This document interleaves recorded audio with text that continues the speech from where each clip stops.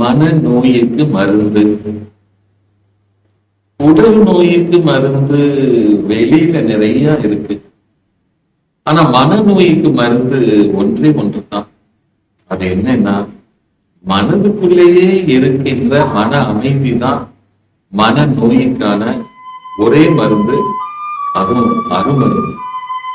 மனநோய் எதனால உருவாகுது அப்படிங்கறத அடிப்படையா நீங்க யோசிச்சீங்கன்னா, மனம் ஒரு சமநிலையில் இல்லாம இருக்கும் போது அது சிந்திப்பது, தேர்ந்தெடுப்பது, அது முடிவெடுப்பது எல்லாமே மனநோயினுடைய அடையாளம் தான். தாறுமாறாதான் இருக்கு.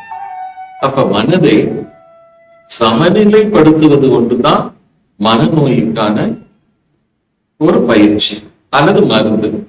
அது அமைதியாக மட்டும்தான் சாத்தியம். அதனால அமைதியா இருக்க கற்றுக்கொள்ளுங்கள். மன நோய்களிலிருந்து விடுபடுங்கள். ஆத்ம நமஸ்காரங்கள். வாழ்க வளர்க.